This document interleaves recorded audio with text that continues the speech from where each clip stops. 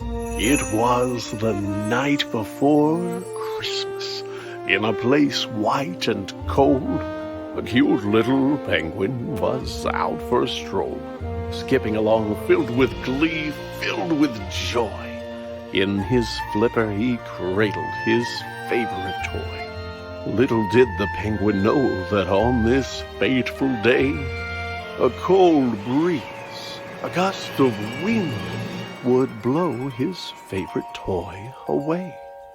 So he looked and he looked, his beak covered in frost. He looked up from his search and realized, oh no, I am lost.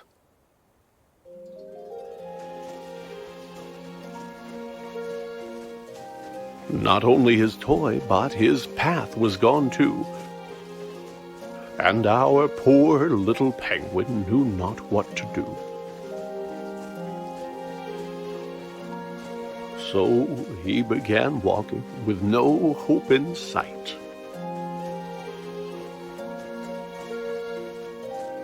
Until, from a distance, he could see a small light.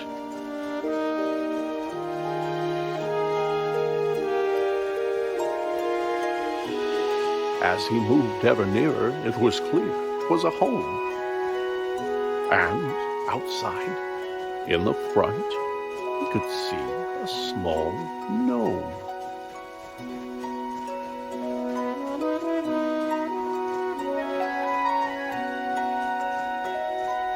The gnome shoveled this way and that, and was squinting and muttering, "Fiddlesticks, they have gone missing." He dug in the snow as the penguin, quite shy, cleared his cold little throat and said, "Mister, might I ask your help? I don't know where I am. I am lost. I can't find my way through the snow and the frost." The gnome said, "I would like to help you. I would, but my glasses are gone, and my sight isn't good. If I could but find them, if they could be found, then I could assist you. They must be around. Where did you have them last?" asked the penguin, so cute.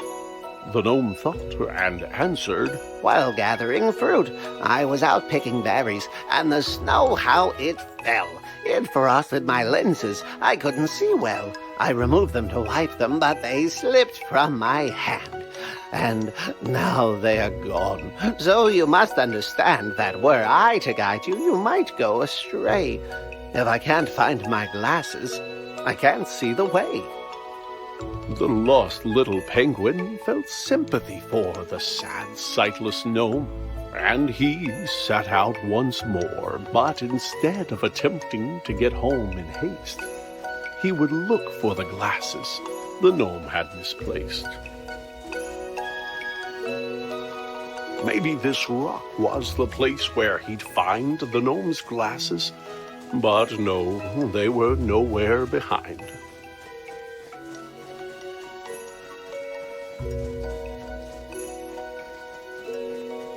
Could the glasses be here on the stump of this tree? They were not, it appeared. But where could they be? The berry bush seemed like a wise place to search. And there, on a branch, like a bird on its perch, sat the glasses, just where they had fallen. And so the penguin retrieved them, and turned back to go.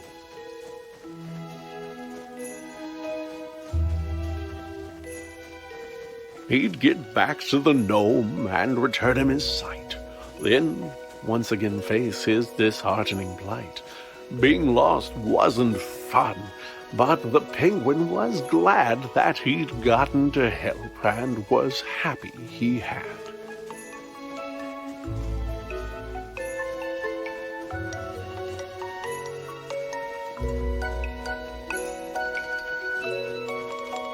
"Why, you found my glasses," the tiny gnome cried. "I can't thank you enough. Will you join me inside?" The penguin said, "Thank you, but no, for I should try to find my way home through this cold, lonely wood." The gnome said, Oh, yes, you had mentioned before that you knew not the way to your very own door. Well, now that I see, I am happy to say those candy canes there, they will show you the way.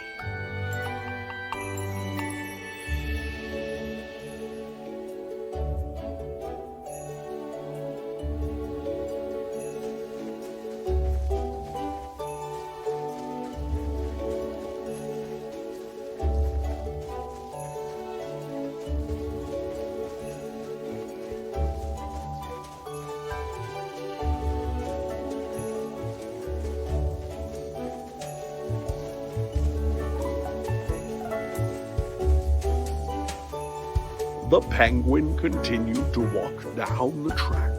When he came to a crossroads, and taken aback, he tried to decide which direction to go, but without a clear answer, just stood in the snow. You look like a guy who's in need of a hand, came a voice, and the penguin did not understand where the voice could have come from, for no one was there save for 3 mounds of snow piled up in the air. Down here, said the voice. Turn those peepers down south. I may look like pebbles, but I'm really a mouse. On the ground lay some buttons, a carrot, some stone, which moved as it chattered in the snow on its own. You need some guidance, said the stones, and I reckon we can work something out if you give me a second and put those there bits that you see in their place. You get your directions, and I get my face.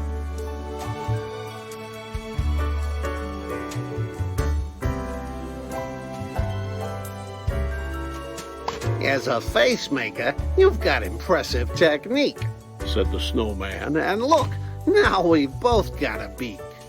Much better, he said. This was a good plan. Let me take a good look at you, now that I can.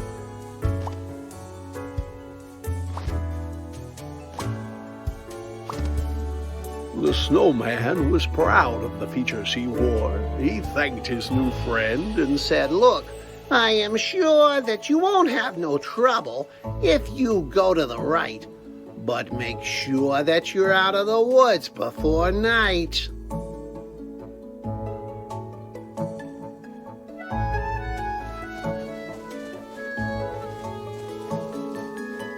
The penguin did not stick around, wait, or dawdle, and set off at once, to the right with a waddle. But though he walked on just as fast as he might, soon dusk was upon him, and thereafter came night. Why, it's too dark to see, said the bird with a chill, when he tripped, and he slid down the side of a hill.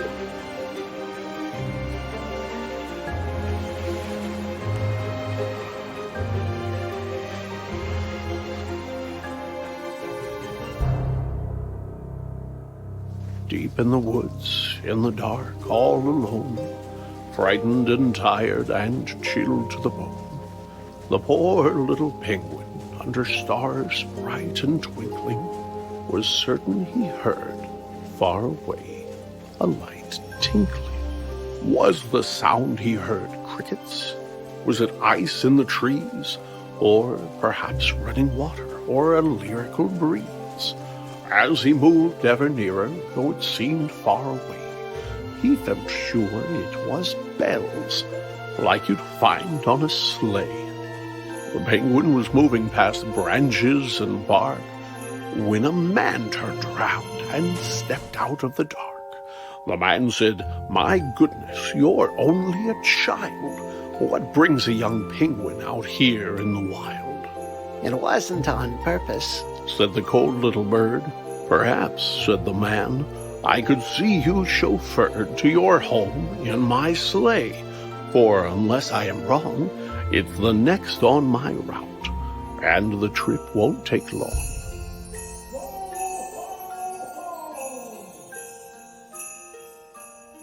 After waving goodbye to the man dressed in red, the penguin was eager to climb into bed. He was glad to be home, but his grief was still there, for his toy remained lost in the cold winter air. But his mama was waiting with a blanket and tea. There were songs in his heart and bright lights on the tree. Even without his toy, he could hardly believe just how happy he was on this cold Christmas Eve.